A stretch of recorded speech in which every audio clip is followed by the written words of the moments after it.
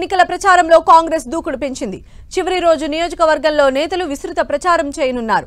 ఇవాళ CM Revanth meet the press కార్యక్రమంలో పాల్గొంటారు. మంత్రివర్గం మొత్తాన్ని నియోజకవర్గంలో మోహరించింది కాంగ్రెస్.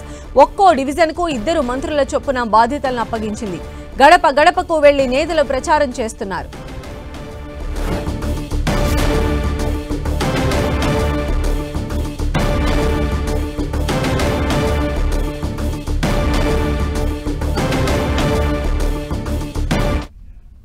సో మొత్తంగా 3 ప్రధాన పార్టీలు కూడా ప్రతిష్టాత్మకంగా తీసుకున్న జూబ్లీహిల్స్ బైపోల్కి సంబంధించి ప్రచారం ఇవాళతో ముగియబోతోంది. మరింత అప్డేట్స్ కూడా తెలుసుకునే ప్రయత్నం చేద్దాం. మా ప్రతినిధి ప్రతాప్, అలానే కరుణాకర్, అలానే అజయ్ కూడా మనకు లైవ్లో అందుబాటులో ఉన్నారు. మొదటగా ప్రతాప్ దగ్గరికి వెళ్దాం. ప్రతాప్, అంటే కాంగ్రెస్ సర్వశక్తులు ఒడ్డుతున్న పరిస్థితి అయితే కనిపిస్తోంది. ఈ రోజు కూడా సీఎం రేవంత్ రెడ్డి మరోసారి మీట్ ది ప్రెస్ కార్యక్రమం ద్వారా ఈ ప్రచారాన్ని ఒక పీక్స్కి తీసుకెళ్లేటువంటి అవకాశం ఉందని కూడా కాంగ్రెస్ శ్రేణులు భావిస్తూ ఉన్నారు. సో మీ దగ్గర ఎలాంటి అప్డేట్స్ ఉన్నాయి? ఈ రోజు ప్రచార శైలి ఏ విధంగా ఉండే అవకాశం ఉంటుంది?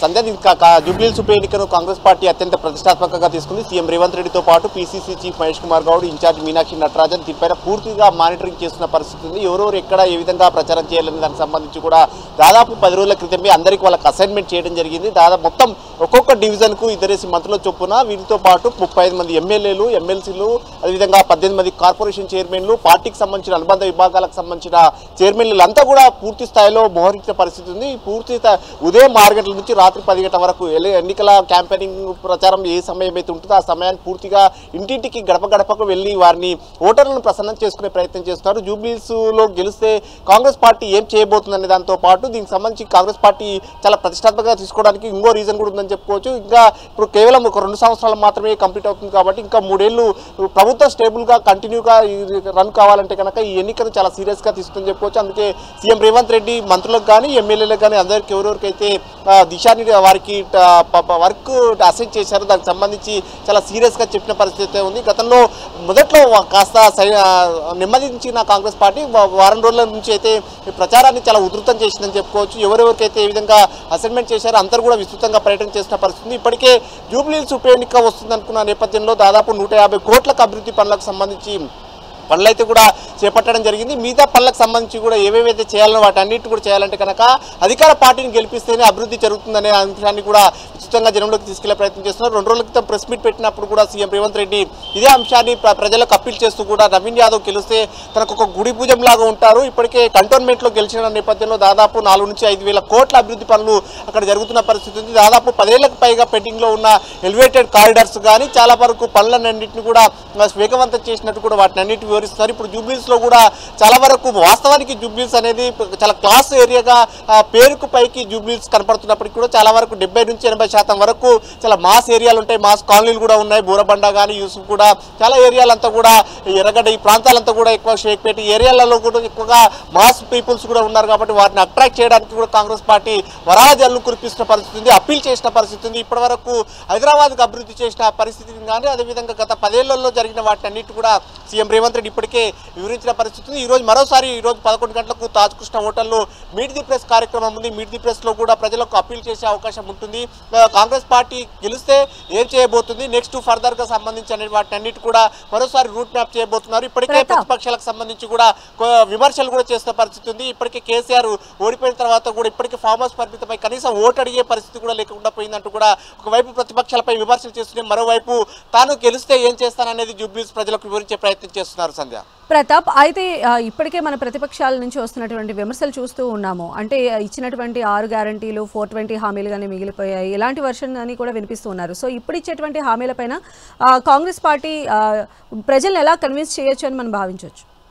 ఎస్, డెఫినెట్గా దీనికి సంబంధించి కూడా ఆన్సర్ చెప్తున్న పరిస్థితి ఉంది. కాంగ్రెస్ పార్టీకి 5 సంవత్సరాల టైం బాండ్ పీరియడ్ ఉంది కాబట్టి ఇప్పటికే 6 గ్యారంటీలో చాలా కీలకమైన వాటిని అన్నిటి కూడా నిర్వర్తించే ప్రయత్నం చేస్తున్నారు. మిగతా వాటిని నిర్వహించడానికి మాకు ఇంకా 3 ఏళ్ల సమయం ఉంది. వాటిని కంప్లీట్ ఖచ్చితంగా చేసే ప్రజల దగ్గరికి ఓట్లకు అడుగుతాం. ఇప్పుడు కూడా మ్యాండేటరీగా మేము చేసిన వాటికే అడుగుతున్నాం. ఇప్పటికే 200 యూనిట్లకు సంబంధించి చాలా వరకు పబ్లిక్ బస్తీలలో కూడా దాదాపు 200 యూనిట్లు కరెంట్ బిల్ లేకుండా అందుతుంది. వీటితో పాటు ఆర్టీసీ బస్సులలో ప్రజలకు ఉచితంగా, మహిళలకు ఉచితంగా వ్యాప్తంగా ప్రయాణం జరుగుతుంది. వీటితో పాటు రేషన్ కార్డులకు సంబంధించి దాదాపు 10 ఏళ్ల కాలంలో రేషన్ కార్డులు ఇవ్వలేదు. ఇంకోటి రేషన్ కార్డులలో సభ్యులను కూడా యాడ్ చేయలేదు. కాబట్టి అటువంటి పరిస్థితిని మేము ఇప్పుడు కల్పించామని కూడా చెప్తున్న పరిస్థితి ఉంది. వీటన్నిటిని కూడా సంక్షేమ పథకాలను వివరిస్తూనే మరోవైపు అభివృద్ధి కార్యక్రమానికి సంబంధించి హైదరాబాద్ సంబంధించి ఒక రూట్ మ్యాప్ కానీ డిజైన్ కానీ మూసి ప్రక్షాళన కానీ ఫోర్త్ సిటీ ఇట్లాంటి అంశాలన్నింటి కూడా ప్రస్తావిస్తూ ఓట్లు అడిగే ప్రయత్నం చేస్తుంది. ప్రజలను కన్విన్స్ చేసే ప్రయత్నం కూడా చేస్తున్న పరిస్థితి ఉంది. ఇప్పుడు తమకు వచ్చిన ఈ 2 ఏళ్ల కాలంలో చేసిన వాటికి కానీ గత ప్రభుత్వం చేసిన అప్పులు వాటన్నిటి కూడా వివరించుకుంటూ ప్రజలను ఓటర్లను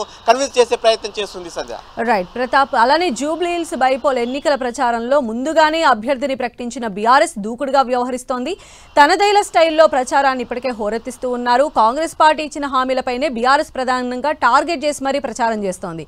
ఈ జూబ్లీహిల్స్ బైపోల్లో బాకీ కార్డుల పేరుతో విస్తృతంగా ప్రచారం నిర్వహించింది బీఆర్ఎస్. ఇక బీఆర్ఎస్ అభ్యర్థి మాగంటి సునీత తరపున ప్రచారం నిర్వహించిన బీఆర్ఎస్ వర్కింగ్ ప్రెసిడెంట్ కేటీఆర్ 6 డివిజన్లలో ఇప్పటికే రోడ్ షోలు కూడా నిర్వహించారు. మరి ఈ రోజు చివరి రోజు ప్రచారంలో బీఆర్ఎస్ వ్యూహం ఎలా ఉండబోతుందనేటువంటి అప్డేట్స్ అందించడానికి మా ప్రతినిధి కరుణాకర్ మనకు అందుబాటులో ఉన్నారు. సో కరుణాకర్, మనం చూసినాం అంటే ఇప్పటి వరకు జూబ్లీహిల్స్ అంటే మనం చూస్తే క్లాసు మాస్, జనరల్ గా కూడా మనం చూస్తే ఎలక్షన్ సినారియో ఎలా ఉంటుందంటే అర్బన్ ఓటింగ్ కన్నా కూడా రూరల్ ఓటింగ్ లోనే మనకు ఎక్కువ ఓట్ షేర్ అనేది కనిపిస్తూ ఉంటుంది. So at the same time ఇక్కడ కూడా మనం అంటే కొంచెం క్లాస్ పీపుల్ ఓట్ కన్నా కూడా కొంచెం కింది స్థాయి ఓట్ల పైననే ఎక్కువ ఆధారపడి ఉంటుంది గెలిపోవటం అనేది. సో వాళ్ళని ఆకర్షించే విధంగా బీఆర్ఎస్ ఎలాంటి వ్యూహాలు రచించింది ఇప్పటి వరకు అనుకోవచ్చు. అండ్ ఈ రోజు ఎండ్ ఆఫ్ ది డేలో ప్రచారంలో భాగంగా ఎలా ఉండబోతుంది వీళ్ళ ప్రచార శైలి? సంధ్య, జూబ్లీహిల్స్ ఉప ఎన్నికకు సంబంధించి చివరి గంటల ప్రచారాన్ని తమకు పూర్తి స్థాయిలో సద్వినియోగం చేసుకునే విధంగా బీఆర్ఎస్ పార్టీ ప్లాన్ చేసింది. మనం చూస్తున్నాం ముందు నుంచి కూడా మాగంటి గోపీనాథ్ అకాల మరణంతో వచ్చిన ఈ ఉప ఎన్నికకు సంబంధించి ఆయన సతీమణిని సునీతను రంగంలోకి దింపడం, అభ్యర్థిగా ప్రకటించడం ద్వారా కొంత సెంటిమెంట్ వర్క్ అవుతుందని చెప్పి బీఆర్ఎస్ పార్టీ భావిస్తుంది. ఈ క్రమంలో ముందు నుంచి కూడా పక్కా ప్రణాళికతో అభ్యర్థిని ప్రకటించడం నుంచి మొదలు పెడితే ప్రచారం అంతా కూడా మిగతా 2 పార్టీల కంటే, కాంగ్రెస్ బీజేపీల కంటే కొంత బీఆర్ఎస్ పార్టీ ముందంజలో ఉందని చెప్పవచ్చు. దాంతోపాటు అధినేత కేసీఆర్ ఆదేశాలు దిశానిర్దేశంతో ఎప్పటికప్పుడు బీఆర్ఎస్ వర్కింగ్ ప్రెసిడెంట్ కేటీఆర్ కావచ్చు, హరీష్ రావు కావచ్చు, మిగతా ముఖ్యమైన నేతలంతా కూడా రంగంలోకి దిగారు. ఇప్పటికే కేటీఆర్ 6 డివిజన్లలో రోడ్ షోలు, కార్నర్ మీటింగ్లు నిర్వహించారు. ప్రత్యేకంగా జూబ్లీహిల్స్ ఉప ఎన్నిక కోసం వార్ రూమ్ ను ఏర్పాటు చేసి వార్ రూమ్ ద్వారా ఎక్కడెక్కడ ప్రచార సరళి ఏ విధంగా ఉండాలన్న దానిపై ప్రధానంగా బీఆర్ఎస్ పార్టీ దృష్టి సారించింది. కేసీఆర్ చాలా స్పష్టంగా బీఆర్ఎస్ నేతలకు ఒకటే విషయం చెప్పారు. అందులో ప్రధానంగా జూబ్లీహిల్స్ లో సాధ్యమైనంత వరకు ప్రతి ఓటర్ను కలిసి 9.5 ఏళ్ల బీఆర్ఎస్ పాలన, సంక్షేమ, అభివృద్ధి కార్యక్రమాలు వివరించాలని చెప్పారు. దాంతోపాటు బీఆర్ఎస్ పార్టీ ప్రధానంగా 2 ఏళ్ల కాంగ్రెస్ వైఫల్యాలనే ప్రధాన ప్రచార ఎజెండాగా ఎంచుకున్న పరిస్థితిని మనం చూస్తున్నాం. 6 గ్యారంటీలు కావచ్చు, మిగతా 400కు పైగా హామీలు ఏవైతే ఎన్నికల సమయంలో ఇచ్చారో హామీలు నెరవేర్చలేదన్న అంశాలనే ప్రధానంగా జూబ్లీహిల్స్ ఓటర్ల దృష్టికి తీసుకెళ్లాలని చెప్పి ప్రధానంగా కేసీఆర్ ఆదేశించారు. ఆ మేరకే బీఆర్ఎస్ పార్టీ నేతలు ఇప్పటివరకు విస్తృతంగా ప్రచారం చేశారు. ఈ రోజు చివరి కొన్ని గంటలు మిగిలింది కాబట్టి చివరి గంటలను కూడా ఉపయోగించుకోవాలని చెప్పి బీఆర్ఎస్ ప్లాన్ చేస్తుంది. హరీష్ రావు కూడా నిన్న రంగంలోకి దిగిన పరిస్థితి మనం చూస్తున్నాం. ఈ రోజు ఎర్రగడ్డ, మధురానగర్ లో హరీష్ రావు ప్రత్యేకంగా ప్రచారం నిర్వహిస్తున్నారు. బీఆర్ఎస్ వర్కింగ్ ప్రెసిడెంట్ కేటీఆర్ ఈ రోజు యూసుఫ్గూడలో భారీ రోడ్ షో నిర్వహిస్తున్నారు. కాబట్టి పూర్తి స్థాయిలో తమకు 2 అంశాలు కలిసి వస్తాయని చెప్పి బీఆర్ఎస్ పార్టీ భావిస్తుంది. ఒకటి, సెంటిమెంట్ వర్కౌట్ అవుతుంది. మాగంటి గోపీనాథ్ 3 సార్లు జూబ్లీహిల్స్ ఎమ్మెల్యేగా గెలిచారు. ఇక్కడ ఆయనకున్న మంచి పేరు కావచ్చు, చేసిన అభివృద్ధి సంక్షేమ కార్యక్రమాలు, ఖచ్చితంగా ఆయన భార్య సునీతనే రంగంలోకి దిగింది కాబట్టి, అభ్యర్థిగా ఉంది కాబట్టి తమకి సెంటిమెంట్ వర్కౌట్ అవుతుంది. దాంతోపాటు 9.5 ఏళ్ల తమ పాలన, దాంతోపాటు 2 ఏళ్ల కాంగ్రెస్ పార్టీ వైఫల్యాలు, ఇవన్నీ కూడా తమకు ఖచ్చితంగా కలిసి వస్తాయి. తమ గెలుపుపై బీఆర్ఎస్ పార్టీ నేతలు గట్టిగా ధీమా వ్యక్తం చేస్తున్న పరిస్థితిని మనం చూస్తున్నాం. సంధ్య. రైట్ కరుణాకర్, ఇక జూబ్లీహిల్స్ లో నేడు బీజేపీ నేతలు కూడా విస్తృతంగా ప్రచారం చేయబోతూ ఉన్నారు. బోరబండలో మధ్యాహ్నం కిషన్ రెడ్డి, ఈటెల ప్రచారం చేయబోతున్నారు. యూసఫ్గూడలో రఘునందన్ రావు ప్రచారం చేస్తున్నారు. జూబ్లీహిల్స్ లోనే మకాం వేసిన కమలనాథులు చివరి రోజు ప్రచారాన్ని హోరెత్తించనున్నారు. మరి బీజేపీ వ్యూహరచన ఎలా ఉండబోతోంది అని అప్డేట్స్ అందించడానికి మా ప్రతినిధి అజయ్ మనకు లైవ్ లో అందుబాటులో ఉన్నారు. సో అజయ్, బీజేపీ ఎలా ఈ చివరి రోజును సద్వినియోగం చేసుకోబోతోంది ప్రచారంలో భాగంగా? మనం చూడొచ్చు బీజేపీ నేతలంతా కూడా అక్కడనే మకం వేయడం జరిగింది. జూబ్లీహిల్స్లో ఉంటూ ఇంటింటికి తిరుగుతూ పాదయాత్రలు చేస్తూ ప్రచారం నిర్వహించేందుకే సిద్ధమైనటువంటి పరిస్థితి కనబడుతుంది. కేంద్ర మంత్రులు బండి సంజయ్, అదేవిధంగా కిషన్ రెడ్డి ఇద్దరు కూడా అక్కడ ఇంటింటి ప్రచారం చేయనున్నారు. పాదయాత్ర చేస్తూ కూడా బీజేపీకి ఎందుకు ఓటేయాలో వివరించనున్నారు. అదేవిధంగా ఈటెల రాజేందర్, రఘునందన్ రావు, మహేశ్వర్ రెడ్డి, పాయల్ శంకర్ లాంటి నేతలంతా కూడా అక్కడనే ఉంటూ గల్లీ గల్లీ తిరుగుతూ కూడా ప్రచారం నిర్వహించే పరిస్థితి మనకు కనబడుతుంది. బీజేపీ నేతలు కూడా ఈ జూబ్లీహిల్స్కి సంబంధించినటువంటి ప్రచారాన్ని ఇప్పటికే పీక్స్ లెవెల్కి తీసుకెళ్లినటువంటి పరిస్థితి కనబడుతుంది. ముఖ్యంగా ఎంఐఎం అభ్యర్థి కాంగ్రెస్ బీఫామ్ పైన పోటీ చేసిరన్న అంశాన్ని పబ్లిక్లోకి ఎక్కువగా తీసుకెళ్తున్నారు. కేంద్ర మంత్రి కిషన్ రెడ్డి కూడా ఇదే అంశాన్ని బీజేపీ శ్రేణులకు దిశానిర్దేశం చేయడం జరిగింది. కాంగ్రెస్ గెలితే ఇక్కడ ఎంఐఎం గెలిచినట్టే, ఎంఐఎం కబంధ హస్తాల్లోకి జూబ్లీహిల్స్ వెళ్తుందనే తరహాలో ప్రచారం నిర్వహిస్తున్నటువంటి పరిస్థితి మనం చూడవచ్చు. నిన్న బండి సంజయ్ చేసినటువంటి కామెంట్స్ అయితే మరీ నెక్స్ట్ లెవెల్లో ఉన్నాయని చెప్పుకోవచ్చు. ప్రధానంగా ఏదైతే ముస్లింలకు హిందువులకు మధ్య జరుగుతున్నటువంటి వార్ ఇది 80% ఉన్నటువంటి హిందువులకు 20% ఉన్నటువంటి ముస్లింలకు మధ్య జరుగుతున్న ఎన్నికలు. ఖచ్చితంగా ముస్లింలకు వ్యతిరేకంగా హిందువులంతా ఏకం కావాల్సిన అవసరం ఉంది. బీజేపీ హిందువులకు అండగా నిలుస్తున్నట్టు కూడా ఆయన వ్యాఖ్యలైతే చేయడం జరిగింది.